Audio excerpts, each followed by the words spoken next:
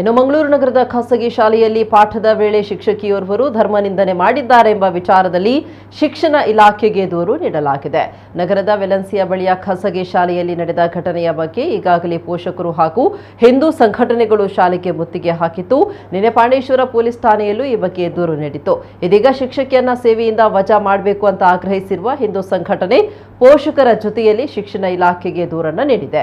ಉರ್ವದಲ್ಲಿರುವ ಜಿಲ್ಲಾ ಪಂಚಾಯತ್ ಕಟ್ಟಡದಲ್ಲಿರುವ ಶಾಲಾ ಶಿಕ್ಷಣ ಇಲಾಖೆಯ ಉಪನಿರ್ದೇಶಕರಿಗೆ ದೂರು ನೀಡಿ ಶಿಕ್ಷಕಿಯನ್ನ ವಜಾ ಮಾಡಲು ಮನವಿ ಮಾಡಿದೆ.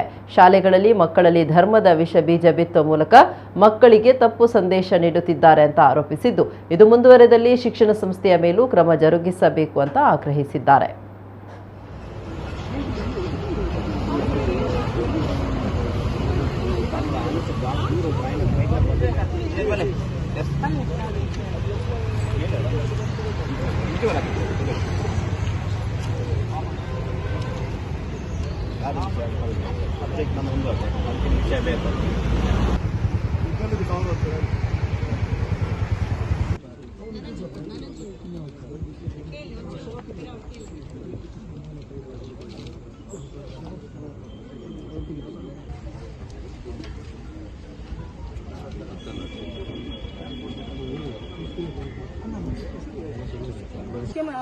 ಮೋದಿ ಅವರು ಗುಜರಾತಿನ ಮುಖ್ಯಮಂತ್ರಿಯಾಗಿದ್ದಾಗ ಮುಸ್ಲಿಮ್ಸ್ ಮಾತ್ರ ಹೋಗ್ತಾ ಇರೋ ಟ್ರೈನ್ಗೆ ಬಾಂಬ್ ಹಾಕಿಸಿ ಅಂತೆ ಎಲ್ಲರನ್ನು ಸಾಯಿಸಿ ಚಿಕ್ಕ ಚಿಕ್ಕ ಮಕ್ಕಳನ್ನು ಹಿಂದೂಗಳು ತಲೆಗೆ ಕಲ್ಲು ಹೊಡೆದು ಸಾಯಿಸಿದಾರಂತೆ.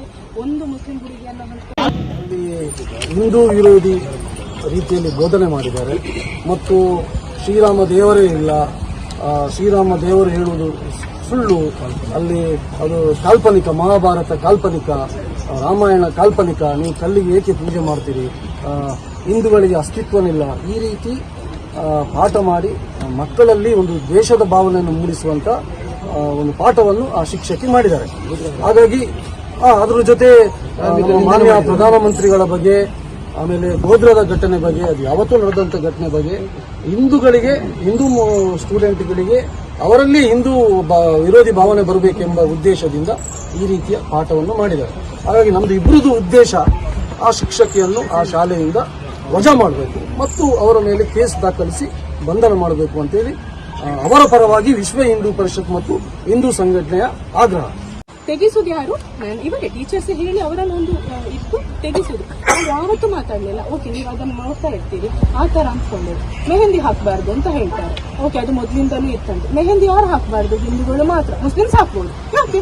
ನಾವೀಗ ಹಿಂದೂ ಮುಸ್ಲಿಂ ವಿಷಯ ಎಲ್ಲ ಮಾತಾಡೋದು. ಬಟ್ ಆದ್ರೂ ಆ ತರ ಬೇಡ ಯಾಕೆ? 80% ಅಲ್ಲಿ ಇರುವುದು ಹಿಂದೂ ಮಕ್ಕಳು. ನಾವು ಯಾವ ಧರ್ಮದ ವಿರುದ್ಧ ಅಲ್ಲ ಮಾತಾಡೋದು. ನಮ್ಮ ಧರ್ಮದ ಬಗ್ಗೆ ಕೇವಲವಾಗಿ ಮಾತಾಡಿದ್ದಾರೆ. ಅದು ಇನ್ನೂ ರಿಪೀಟ್ ಆಗಬಾರ್ದು. ಆ ಸಿಸ್ಟರ್ಗೆ ಏನಾದ್ರೂ ಕ್ರಮ ಕೈಗೊಳ್ಳಬೇಕು ಸರ್. ಇಲ್ಲಾಂದ್ರೆ ಇವರು ಮಾತಾಡ್ತಾರೆ, ನಾಳೆ ಇನ್ನೊಬ್ರು ಮಾತಾಡ್ತಾರೆ. ಇವರು ಈ ವರ್ಷ ಮಾತ್ರ ಅಲ್ಲ, ಈ ಪಾಠ ಮಾಡುವಾಗ ಪ್ರತಿ ವರ್ಷ ಅವರು ಇಂಥದೇ ಮಾತಾಡಿದಂತೆ. ಸೀನಿಯರ್ ಮಕ್ಕಳು ನಮ್ಮ ಮಕ್ಕಳು ಡಿಸ್ಕಸ್ ಮಾಡುವಾಗ ಹೌದು ನಮ್ಗೆ ಸಹ ಇಂಥದೇ ಹೇಳ್ತಿದ್ದಾರೆ.